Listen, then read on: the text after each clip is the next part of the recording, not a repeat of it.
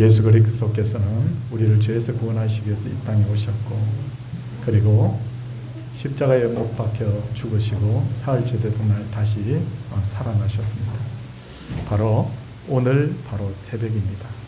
오늘 이 부활절 감사예배에 함께 하신 우리 성도님들을 하나님께서 기뻐 맞아주실 줄 믿습니다.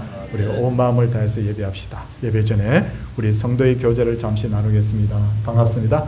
네, 잘 오셨습니다. 네, 반갑습니다. 이제 자리에서 다 일어서 주시기 바랍니다. 1장 찬송함으로 하나님께 예배를 드리도록 하겠습니다.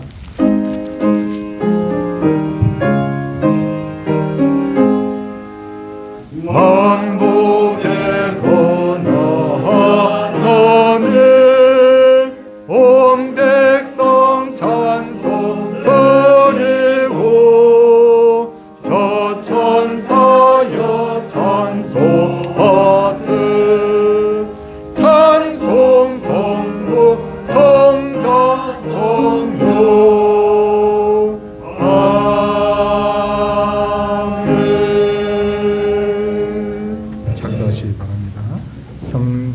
성시교독은 우리 부활절 성시입니다. 내가 받은 것을 먼저 너희에게 전하였노니 이는 성경대로 그리스도께서 우리 죄를 위하여 죽으시고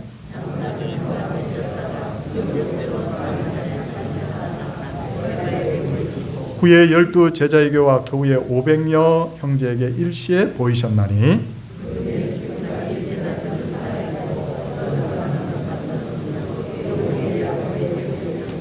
그 후에 모든 사도에게와 맨 나중에 만삭되지 못하여 난 자 같은 내게도 보이셨느니라.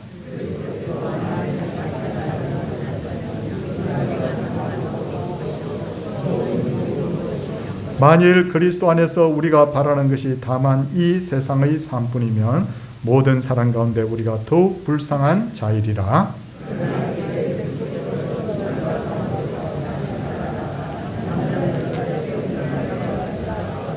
아멘. 사도신경으로 우리 신앙을 고백하겠습니다. 나는 전능하신 아버지 하나님 천지의 창조주를 믿습니다. 나는 그의 유일하신 아들 우리 주 예수 그리스도를 믿습니다. 그는 성령으로 잉태되어 동정녀 마리아에게서 나시고 본디오 빌라도에게 고난을 받아 십자가에 못 박혀 죽으시고 장사된 지 사흘 만에 죽은 자 가운데서 다시 살아나셨으며 하늘에 오르시어 전능하신 아버지 하나님 우편에 앉아 계시다가 거기로부터 살아있는 자와 죽은 자를 심판하러 오십니다. 나는 성령을 믿으며 거룩한 공교회와 성도의 교제와 죄를 용서받는 것과 몸의 부활과 영생을 믿습니다. 아멘. 찬송 165장입니다. 찬송 후에 최병도 장로님께서 기도 인도하시겠습니다.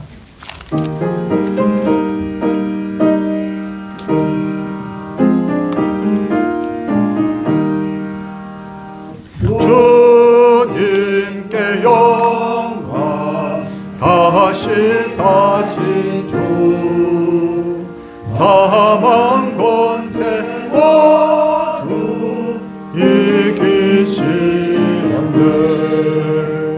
긴 옷 입은 전사 돌을 옮겼고 누우셨던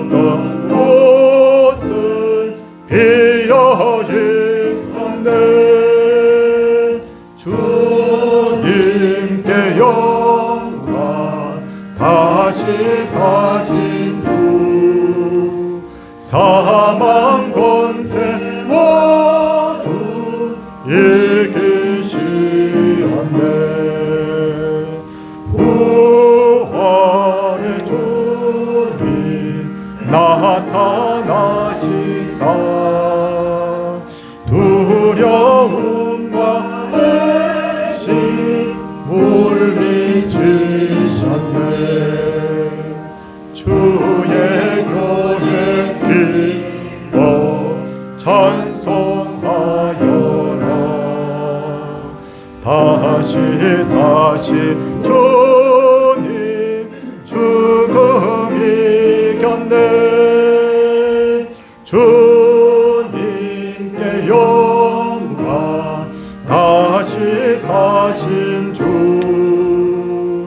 사망 권세 모두 이기시었네. 생명의 임금 영광의 주님 없는 삶은 헛될 뿐이라. 주의 사랑으로 세상 이기고 요단 건너 본향 가게 하소서. 주님께 영광 다시 사신 주. 사망 권세 모두 이기시었네. 할렐루야.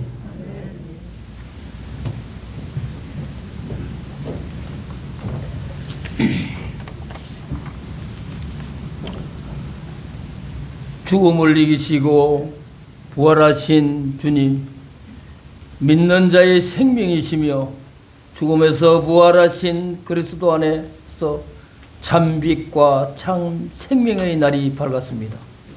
이 아침 저희들로 하여금 감사와 찬미를 하나님께 드리게 하시며 주님의 부활하신 이 날을 장엄하게 축하하게 하시고 이날의 기쁨과 평화를 누리게 하시니 감사와 영광을 드리옵나이다.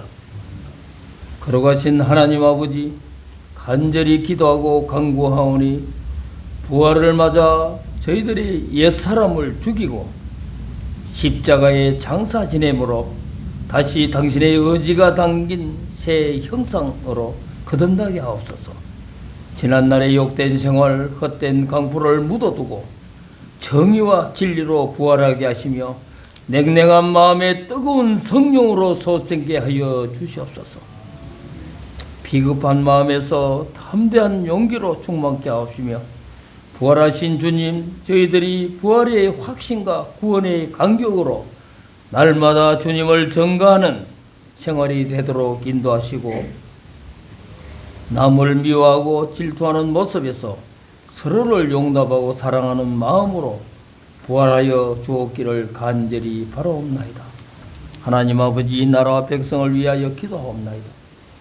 하늘의 미랄처럼 죽어 섰고 희생함으로 많은 부활의 열매를 풍성히 거두는 신앙의 법칙을 다시 새기게 하시고 이 나라를 도우사 죽음의 피와 살이 헛되지 않고 욕되지 않게 믿음 안에서 살아 부활의 거룩한 역사를 개성하는 이 나라 백성들이 되게 하옵소서. 간절히 원하고 이루어 주시옵소서. 부활의 기쁨과 주님의 은총이 온 나라에 가득하게 축복하여 주시옵소서. 특별히 공산지하에서 신음하는 목말라 하는 북한 형제 자매들에게 임하셔서 그들에게 새 힘과 기쁨과 희망을 주시옵소서. 어서 속히 동일되어서 부활의 기쁨을 모두 같이 누리게 하여 주시옵소서. 하나님 아버지, 지난 한 주간 동안 새벽 고난 예배를 통하여 주신 하나님의 귀한 말씀을 통하여 주의 길을 따라가는 저희들 되게 하여 주시옵시며 참석한 자와 참석하지 못한 이들도 한마음 한뜻으로 하나님의 자녀로서의 삶을 기쁘게 누릴 수 있게 하여 주시옵소서. 부활하신 주님, 저희들 중에 슬픔에 잠긴 성도가 있습니다. 병중에 고통받는 성도도 있습니다. 경제적인 어려움에 처한 형제도 있습니다. 가족 간의 갈등과 이웃 갈등과 여러 가지 참으로 얽힌 갈등들로 고통을 듣는 성도들이 이 시간 부활하신 주님을 영접하며 온전히 새롭게 지원받는 놀라운 역사를 나타나게 하여 주시옵소서. 회복해 주시옵소서. 하나님 아버지, 나라가 어렵습니다. 시대가 고통과 우울과 마주하고 있습니다. 혼돈의 모퉁이에 희망이 삭든다고 하여사오니 저 화마가 휩쓸고 간 저 산야에도 지금쯤 새싹이 돋아나고 있을 줄 믿사오니 어려운 시대에도 굳굳하게 이겨나갈 수 있는 믿음의 형제들 다 되게 해 주시옵소서. 오늘 또 귀한 말씀 주실 목사님 위에 성령께서 함께하여 주셔서 말씀 듣고 세임 얻어서 부활하신 주님을 믿고 주와 동행하는 삶을 살아가는 저희들 되게 해 주시옵소서. 이 아침에도 하나님 아버지 부활과 생명을 찬양하는 찬양을 받아 주시옵시며 부활하신 예수님의 이름으로 기도드리옵나이다. 아멘.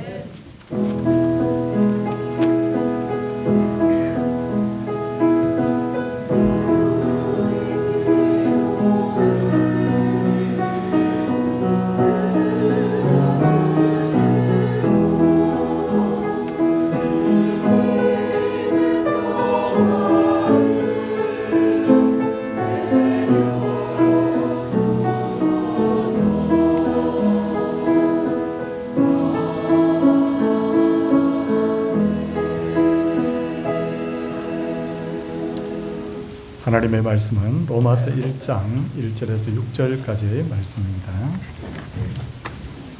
로마서 1장 1절에서 6절까지의 말씀. 예수 그리스도의 종 바울은 사도로 부르심을 받아 하나님의 복음을 위하여 택정함을 입었으니 이 복음은 하나님이 선지자들을 통하여 그의 아들에 관하여 성경에 미리 약속하신 것이라. 그의 아들에 관하여 말하면 육신으로는 다윗의 혈통에서 나셨고 성결의 영으로는 죽은 자들 가운데서 부활하사 능력으로 하나님의 아들로 선포되셨으니 곧 우리 주 예수 그리스도시니라. 그로 말미암아 우리가 은혜와 사도의 직분을 받아 그의 이름을 위하여 모든 이방인 중에서 믿어 순종하게 하나니 너희도 그들 중에서 예수 그리스도의 것으로 부르심을 받은 자니라. 아멘. 할렐루야 찬양대 하나님께 부활 찬양 올려드리도록 하겠습니다.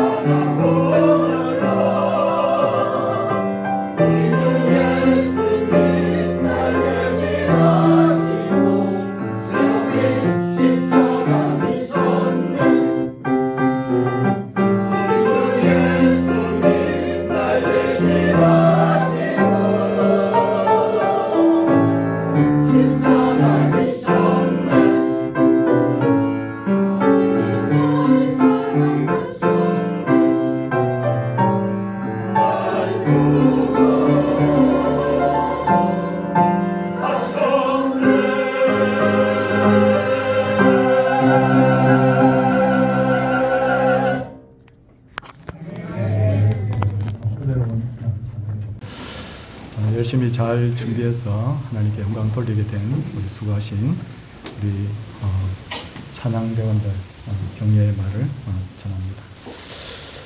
이 세상 사람들이 공통적으로 추구하는 것, 지식, 건강, 재물, 권력, 명예 이런 것들일 텐데 2000년 전 이 모든 것들을 대부분 소유하고 있던 사람인데 바로 바울이라는 인물이었습니다. 그는 오늘날 우리나라의 서울대학에 해당하는 최고의 율법학자 가말리엘에게서 배웠고, 그는 건강했고 재물과 권력을 가졌을 뿐만 아니라 자기 자신에 대해서 말하기를 나는 율법의 기준에 의하면 나는 흠이 없다고 그렇게 말했던 사람이 바로 이 사람이었습니다. 그럼에도 불구하고 사람의 마음이라는 것은 절대 만족이라는 것이 없기 때문에 바울은 더 많은 재물과 권력을 얻기 위해서, 그리고 사람들로부터 더 많은 인기를 얻기 위해서 앞장서서 예수 그리스도께서 세우신 그 교회들을 박해하게 되는데, 그랬던 그가 오늘 성경 말씀 1절을 보면 자기 자신을 소개하기를 예수 그리스도의 종 바울이라고 그렇게 소개를 하고 있습니다. 우리나라 드라마에서 보면 이 종이라는 사람이 막 도련님한테 대얼들기도 하고 주인 마님한테 말대꾸도 하고 이러는데, 여러분 그건 다 어디까지나 드라마이고, 이 종이라는 것은 자기가 가진 것, 심지어 자기의 생명까지도 주인의 손에서 좌지우지되는 그런 형편에서 살아야만 됐습니다. 근데 이렇게 교회를 핍박하던 바울이 어느 날 갑자기 나는 예수님의 종이다 라고 했던 이유가 뭐냐? 그것은 바로 복음 때문인데, 2절 말씀을 우리 성도님들 가만히 보시면 복음에 대한 정의가 나옵니다. 이 복음은 하나님이 선지자들을 통하여 그의 아들에 관하여 성경에 미리 약속하신 것이라 라고 하신 것처럼, 복음은 뭐냐면 바로 예수 그리스도에 바로 관한 소식이 바로 복음인 거예요. 그리고 이어서 3절부터 바울은 예수 그리스도가 어떤 분인지를 소개하고 있는데 3절을 보시면 그의 아들에 관하여 말하면 육신으로는 다윗의 혈통에서 나셨고 라고 합니다. 다윗은 이스라엘 역사에 있어서 가장 위대한 성군이었죠. 그리고 다윗의 후손들은 한 번도 그러지 않고 계속해서 바로 나라가 망할 때까지 바로 왕위를 이어가게 됩니다. 그렇구나. 그러므로 예수 그리스도가 다윗의 혈통이라고 했기 때문에 그 예수라는 분이 바로 왕가의 후손이었구나. 여러분, 그것을 말하기 위해서 그는 다윗의 혈통이라 그렇게 말했던 걸까요? 그런 것은 절대 아니고요. 예수님이 다윗의 혈통으로 나셨다는 것은 바로 그분이 바로 하나님께서 보내신 메시아라 그런 뜻이에요.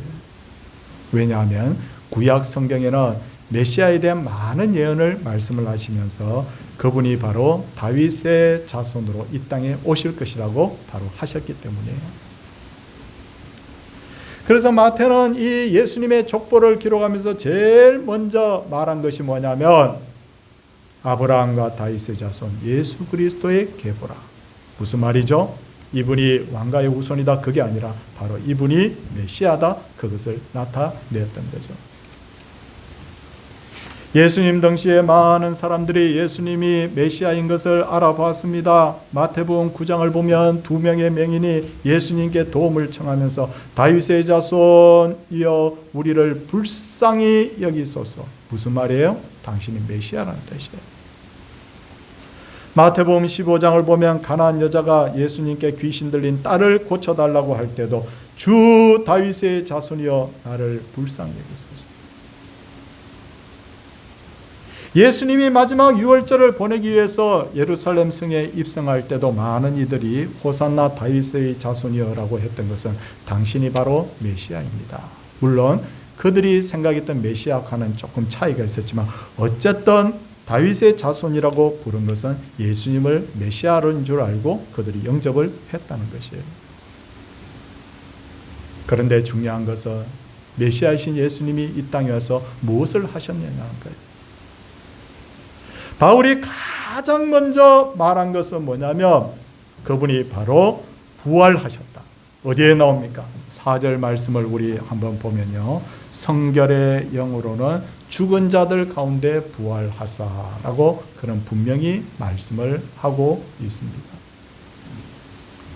예수님은 죽은 지 사흘째 되던 날 새벽에 무덤문을 열고 부활하셨습니다. 마리아와 여인들이 예수님의 빈 무덤에 들어가서 그것을 확인을 했습니다. 그들은 깜짝 놀랐습니다. 그래서 그들은 다름질하여서 급히 베드로와 요한에게 알렸고 베드로와 요한은 다름질해서 와서 예수님의 빈 무덤 안에 다 들어가 봤더니 예수님의 시신이 감쪽같이 사라지고 없었습니다. 그 후로 예수님의 제자들이 모인 곳에 여러 번 예수님께서 부활하신 예수님이 나타나셨어요.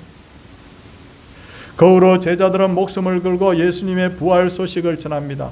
그리고 예수님의 이름으로 기도하자 병이 낫고 예수님의 이름으로 기도하자 여러분 기적들이 나타납니다. 그러자 엄청나게 많은 사람들이 예수님을 믿게 되는데 사도행전 6장 7절을 보면 하나님의 말씀이 점점 왕성하여 예루살렘에 있는 제자의 수가 더 심히 많아지고 허다한 제사장의 무리도 이 도에 복종하니라. 예수님을 그렇게 반대하고 핍박했던 제사장들 중에도 바로 예수님을 믿는 사람이 나타났던 거예요. 한마디로 그 당시에 예루살렘 거리는 예수님 이 부활의 소식이 가득 찼어요. 그런데도 불구하고 바울은 예수님의 부활을 도저히 받아들일 수가 없었어요. 왜냐하면 바울의 상식으로 볼 때는 죽은 자가 다시 살아난다는 것은 도저히 이해할 수 없어요. 내가 그렇게 많은 공부를 했지만 도저히 받아들일 수가 없어요. 내가 평생을 살아왔지만 한 사람도 살아났다는 것을 본 적이 없어요. 그런데 갈릴리 가나안 목수의 아들이 바로 예수가 메시아라고 난 그것도 받아들일 수가 없어. 그렇게 생각하던 바울 앞에 어느 날 부활하신 예수님이 빛으로 나타나신 거예요. 바울이 깜짝 놀라면서 누이시오니까 라고 물었더니 예수님은 나는 내가 박해하는 예수라. 바울이 완전히 자지러집니다. 그리고는 그의 그 잘 보이던 두 눈이 갑자기 그 순간에 멀어버리는 거예요. 내가 환청을 들었다면 눈이 멀어지지 않았을 텐데. 분명히 그 음성이 들렸고 눈까지 멀어버렸으니 야, 이건 부인할 수 없는 사실. 그런데 그가 시내로 들어가서 예수님께서 보내신 아나니아라는 사람에게 안수기도를 받는데, 예수님의 이름으로 안수기도를 받는데 갑자기 눈이 떠져버려요. 와, 이분이 정말 살아나신 거예요.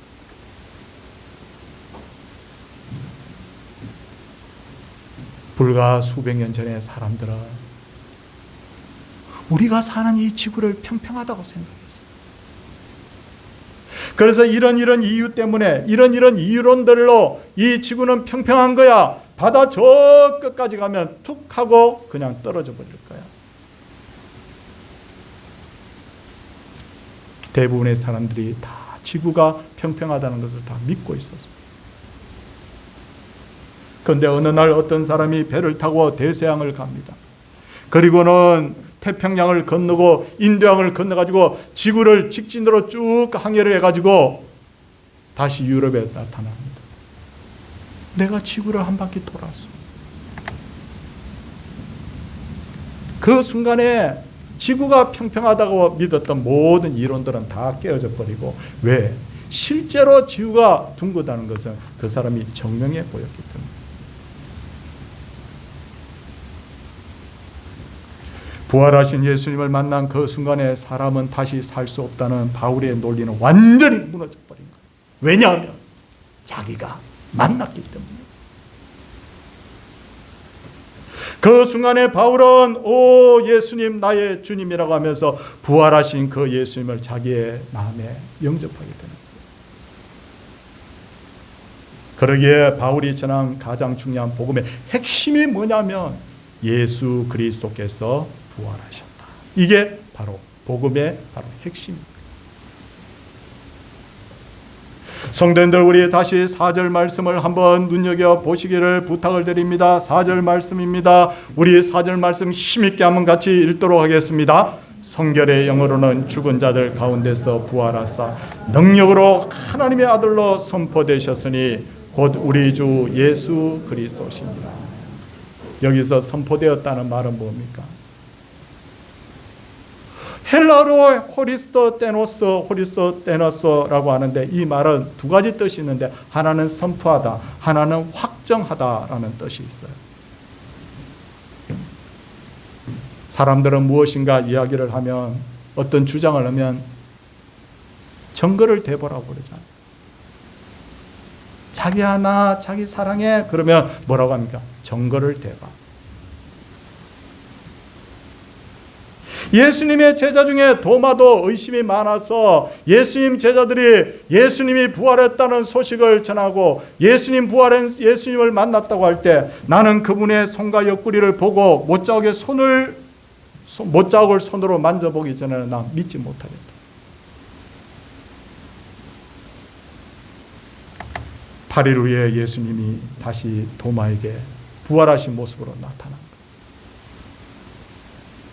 내 손가락을 이리 내밀어 내 손을 보고 내 손을 내밀어 내 옆구리에 넣어보라. 그리하여 믿음 없는 자가 되지 말고 믿는 자가 되라 라고 했을 때 도마가 나의 주시라, 나의 그리스도라고.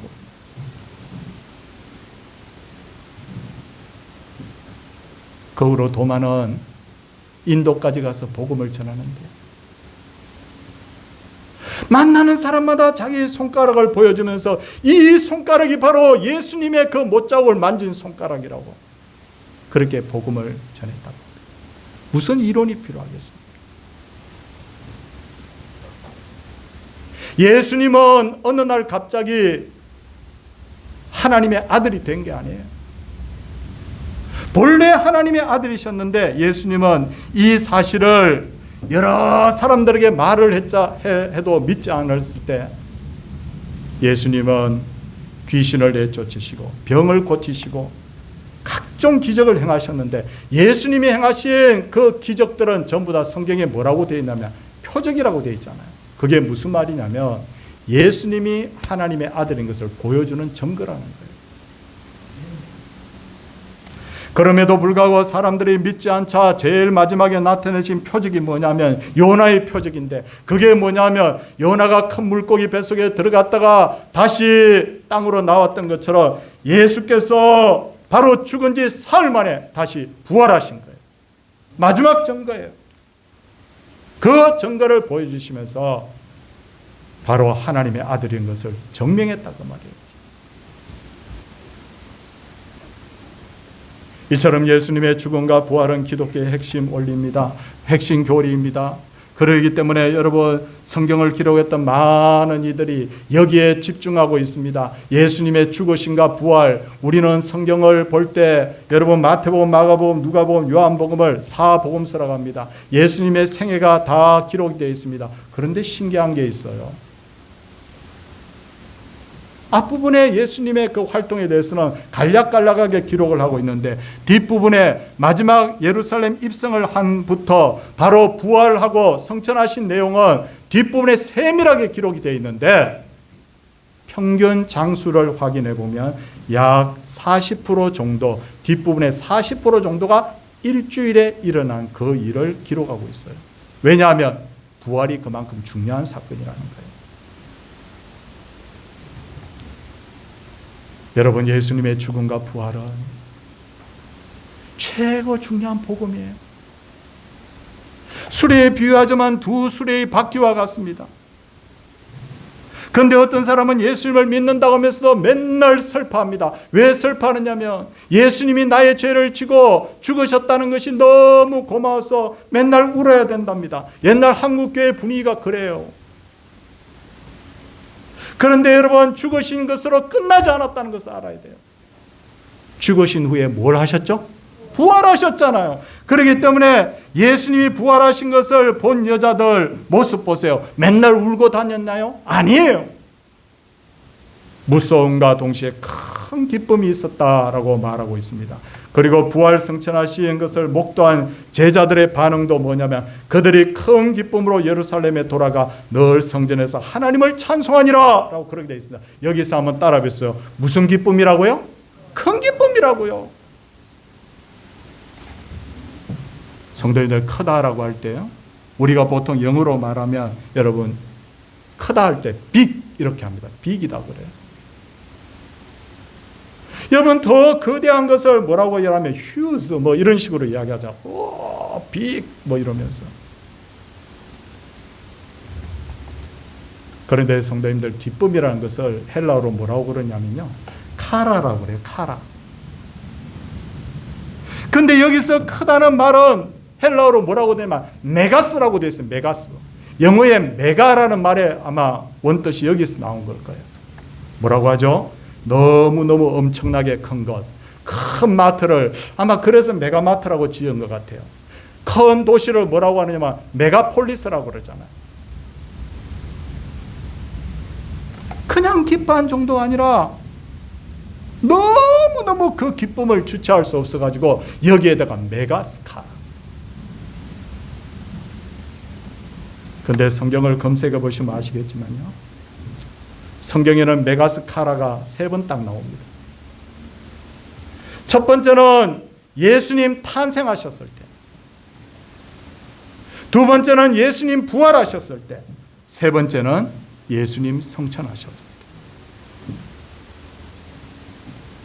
이게 무슨 이야기냐면 세상이 줄 수 없는 너무나도 엄청난 기쁨을 예수 그리스도께서 부활을 통해서 우리에게 주신 줄 믿습니다. 세상이 주는 기쁨은 참 기쁨도 아니고 영원한 기쁨이 아닙니다. 여러분, 우리가 아이가 태어나면 막 기뻐하잖아요. 그런데 그게 영원하냐면 아이를 태어났습니다. 그런데 그 다음에 무슨 생각하죠?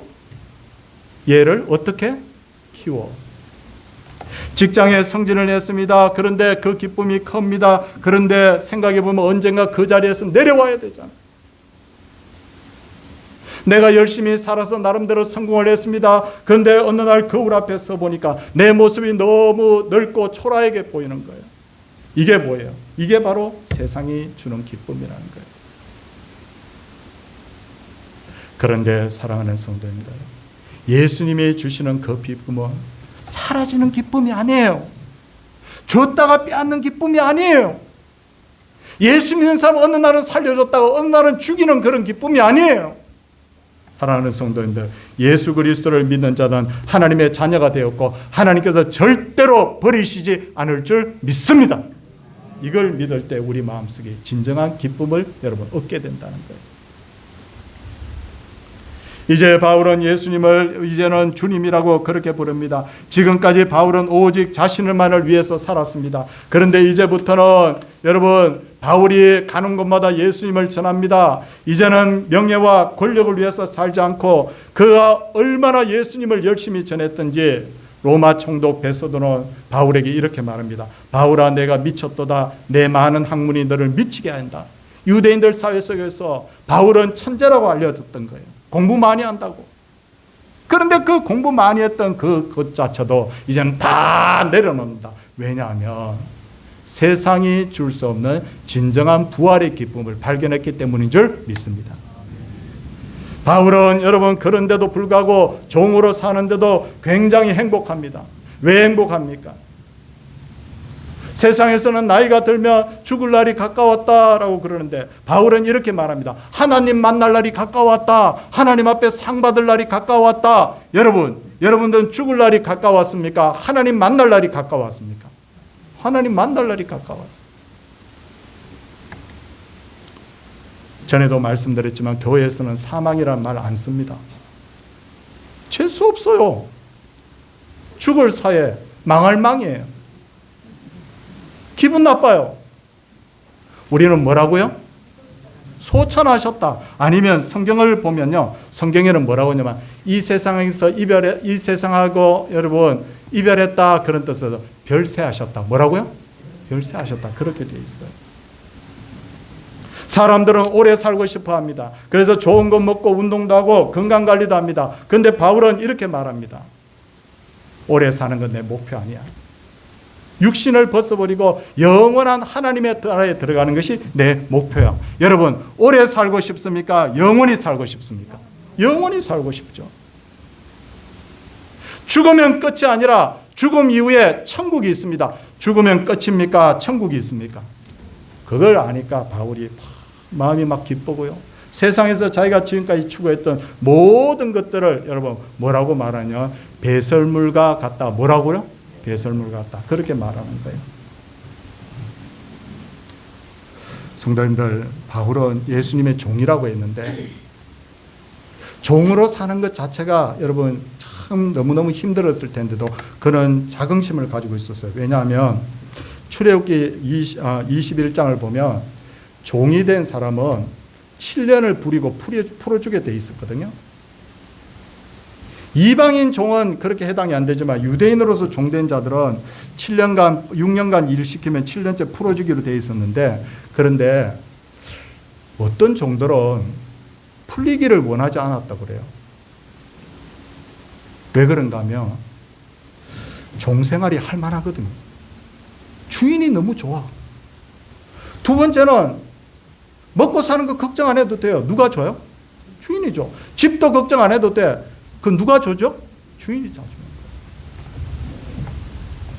난 그래서 이 사람을 위해서 나 평생 나 종으로 살래. 그러면 그 종을 재판장에게 데려가서 재판을 한 후에 그 종의 귀를 뚫어가지고 영원토록 종되도록 표시를 하라 그랬어요. 바울이 예수님의 종이라고 한 것은 예수님의 종이 되고 보니까 너무 좋은 거예요. 왜냐하면 예수님이라는 주인이 자기를 사랑하는데 죽기까지 사랑하시는 거예요. 예수님이라는 이 주인이 얼마나 좋은 분이라면 자기의 영혼까지 책임을 져주시는 거예요. 예수님이라는 이 분이 얼마나 좋은 분인지 당신이 부활한 것처럼 우리도 죽으면 부활하리라고 그렇게 말씀하시는 거예요. 그리고는 이렇게 말합니다. 얘들아, 너희들 장차 나와 함께 영원히 천국에서 살게 될 거야. 사랑하는 성도들, 이러니 바울은 웃으면서 나는 예수 그리스도의 종이다. 자, 우리 한번 이제 따라하도록 하겠습니다. 나는 누구의 종이죠? 예수 그리스도의 종이다. 예수님이 오늘 뭐 하셨죠? 그리고 이렇게 말합니다. 예수 그리스도를 믿는 모든 자들도 부활하게 될 것이다. 어떻게 된다고요?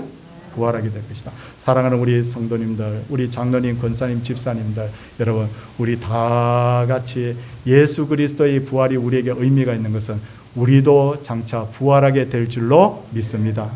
그러므로 오늘 우리 성도님들, 예수님이 십자가 지신 것은 너무 우리에게 미안하고 슬픈 일이지만 부활의 기쁨 주셨으니 우리에게 모든 오늘 종일토록 특별히 큰 기쁨과 평안이 우리 온 성도와 교회 안에 가득 차기를 주님의 이름으로 소원을 드립니다.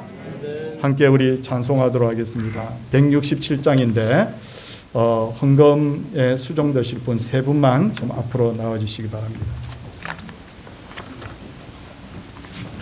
우리 교회는 절기가 되면 예배 시간 중간에 헌금하는 시간이 있다고 전에도 말씀을 드렸습니다.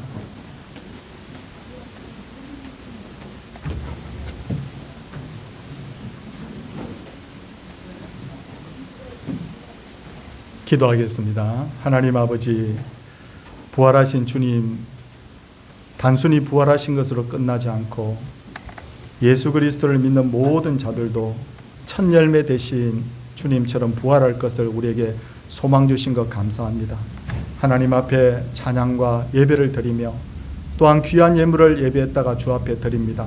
하나님 받아주시고 하나님께서 우리 성도들에게 진정한 기쁨과 진정한 생명과 진정한 평화와 진정한 감사가 있는 삶을 살 수 있도록 역사하여 주시옵소서. 예수님 이름으로 기도드리옵나이다. 아멘. 167장 찬송하겠습니다.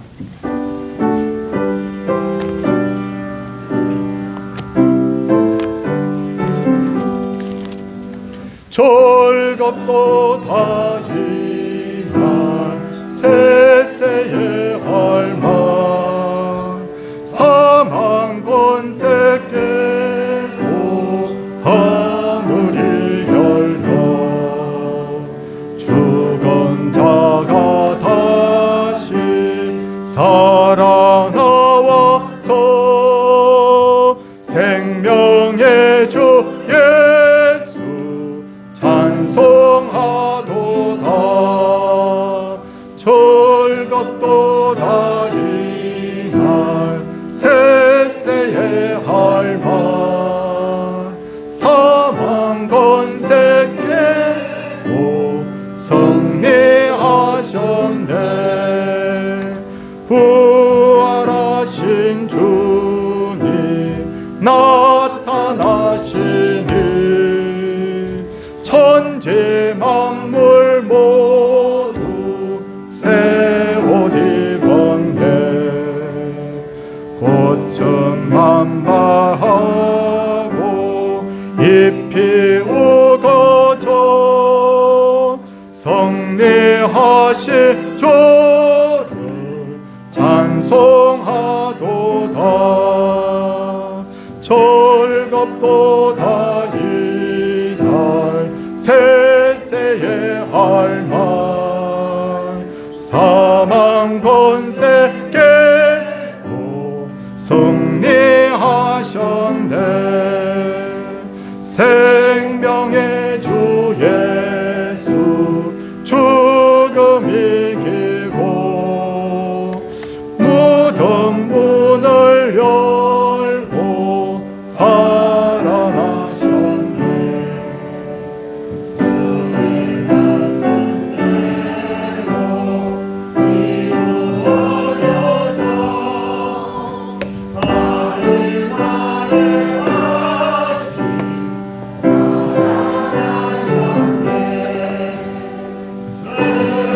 또다 이날 세세의 할망 사망 권세 깨고 승리하셨네.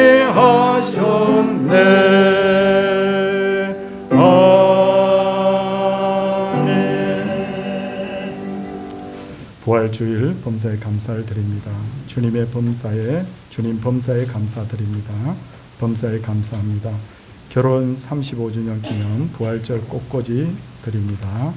생일 감사의 물을 하나님 앞에 드린 분이 계십니다. 우리 같이 기도하도록 하겠습니다. 손을 모으고 눈을 감고 머리를 숙여주시기 바랍니다. 하나님, 우리를 이 땅에 태어나게 하신 것도 참 감사하고, 우리에게 하나님 100년에 조금 못 미치는 이 긴 생명을 주신 것도 감사하고, 가족을 주신 것도 감사하고, 또 우리에게 이렇게 신앙생활을 할 수 있는 교회를 주신 것도 참 감사한데, 더욱더욱 우리가 감사하고 기뻐하는 것은 바로 부활의 생명을 우리에게 주셨기 때문인 줄 믿습니다. 예수님이 부활하심으로 부활의 첫 열매가 되었다고 분명히 말씀하고 있습니다. 이제는 두 번째 열매, 세 번째 열매, 네 번째 열매 계속해서 주님 열릴 텐데, 주님, 우리 모든 성도님들이 그 부활에 한 분도 빠짐없이 다 참여할 수 있게 하여 주시옵소서. 그래서 천국에 가서 우리가 보이지 않는 얼굴이 한 사람도 없게 하여 주시옵시고, 이 땅에 썩어질 것을만 위해서 사는 어리석은 인생 되지 않게 하여 주시고, 우리가 진정한 가치를 위해서 썩지 않을 것을 추구하며 살아가는 그런 믿음의 사람들이 다 되게 하여 주시옵소서. 주님, 우리가 섬기는 주님은 우리를 위하여서, 양을 위하여서 목숨을 내놓는 주인입니다. 우리의 영혼까지 다 책임지시는 주님이십니다.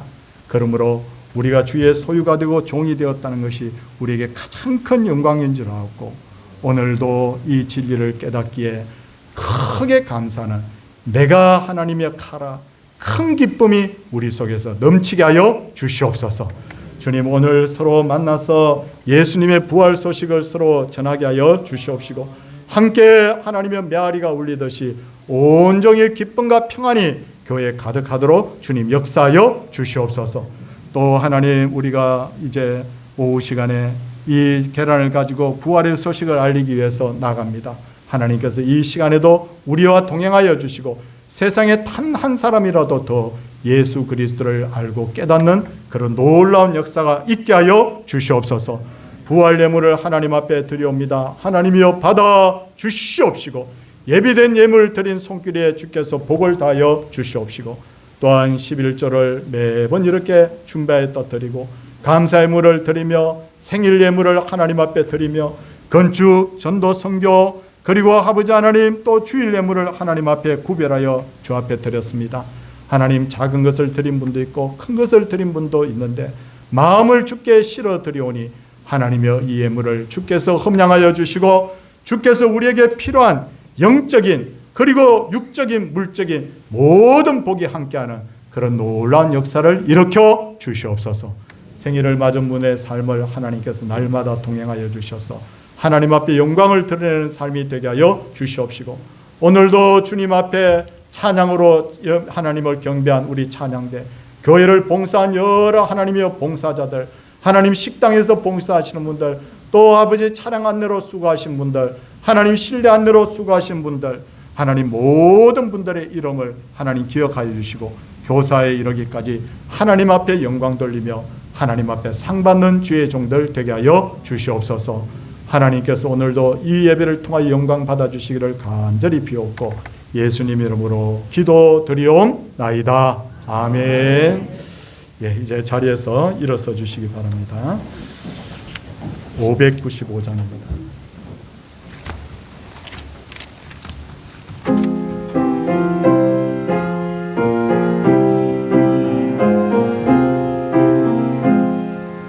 나 맡은 공부는 구주를 높이고 무경험 구원 얻도록 잘 인도함. 4절입니다. 나 항상 깨어서 널 기도드리며 내 믿음 변치 않도록 날 도와주소서.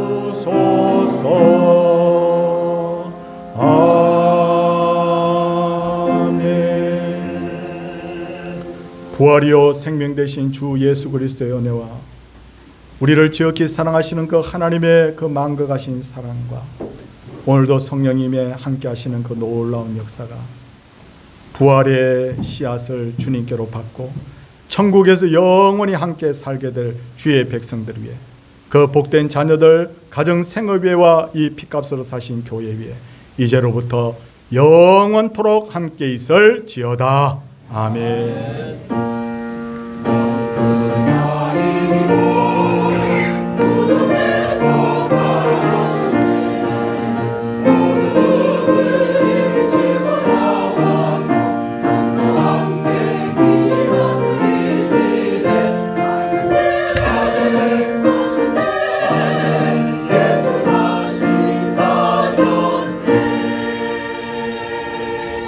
자리에 착석해 주시기 바랍니다.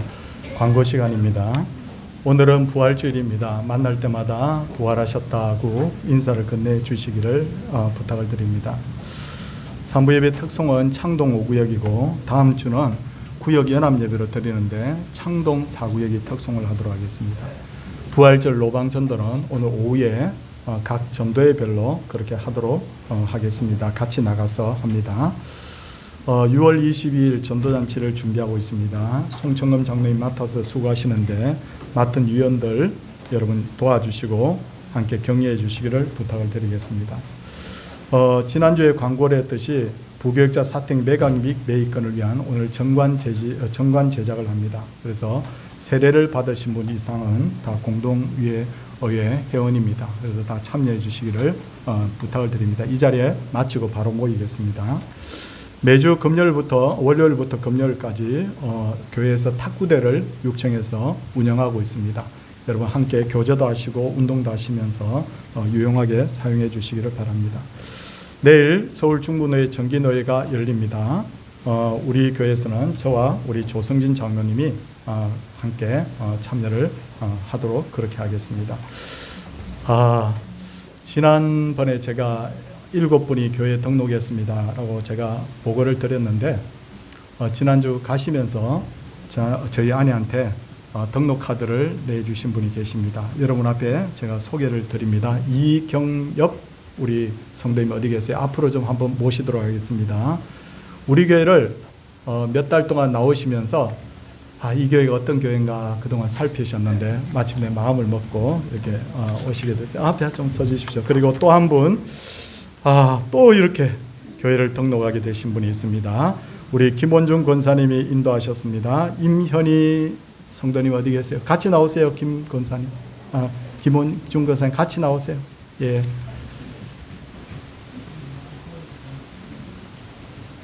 우리 교회 올해 표가 뭐죠? 가족을 예수께로. 그러니까 하나님이 막 계속해서 보내주시는 거예요. 그리고 또 한 분 제가 소개를 하도록 하겠습니다. 우리 아직 등록은 아직 조금 이따가만 하실 것 같은데 우리 김현석 집사님 아드님이 우리 늘 아버님 어머님 모시고 이렇게 교회에 참여하고 있습니다. 저하고 이제 차 한잔 해야 되는데 요즘 제가 바빠가지고 그래서 근데 한번 잠깐 그 자리에서 한번 일었습니다. 언젠가 마음 내키시면 언제든지 등록하면 환영하겠습니다. 자, 기도하도록 하겠습니다. 하나님, 귀한 분들을 저에게 보내셨습니다. 함께 예수 믿게 되었습니다. 교회는 부자가 되게 하는 것도 아니고 명예를 주는 것도 아니지만 그러나 복음을 주고 예수 그리스도를 소개하고 부활의 신비를 알게 하는 곳이 바로 교회인 줄 압니다. 이분들이 교회에 등록하고 또 부모님을 모시고 교회를 출석하고 있습니다. 하나님께서 이분들의 삶 속에 함께하여 주셔서 날마다 흘러가는 세월을 보며 한숨 쉬는 인생이 아니라 날마다 하나님 만날 것을 생각하며 기뻐하는 큰 기쁨을 가진 그런 인생이 되게 하여 주시옵소서. 교회는 이분들을 환영합니다. 오늘도 교회의 기쁨이 넘치게 하여 주옵소서. 예수님 이름으로 기도드리옵나이다. 아멘. 자, 인사하겠습니다. 인사 한번 해주십시오. 네, 인사하겠습니다. 우리 박수로 환영하도록 하겠습니다. 네, 맞습니다. 저도 저 꽃 한번 받아본 적이 얼마나 오래됐는지 너무너무 귀합니다. 자, 여러분 우리 옆에 분들하고 같이 할렐루야 이렇게 예수님 부활하셨던 걸 인사하고 우리 공동회 하도록 하겠습니다. 할렐루야!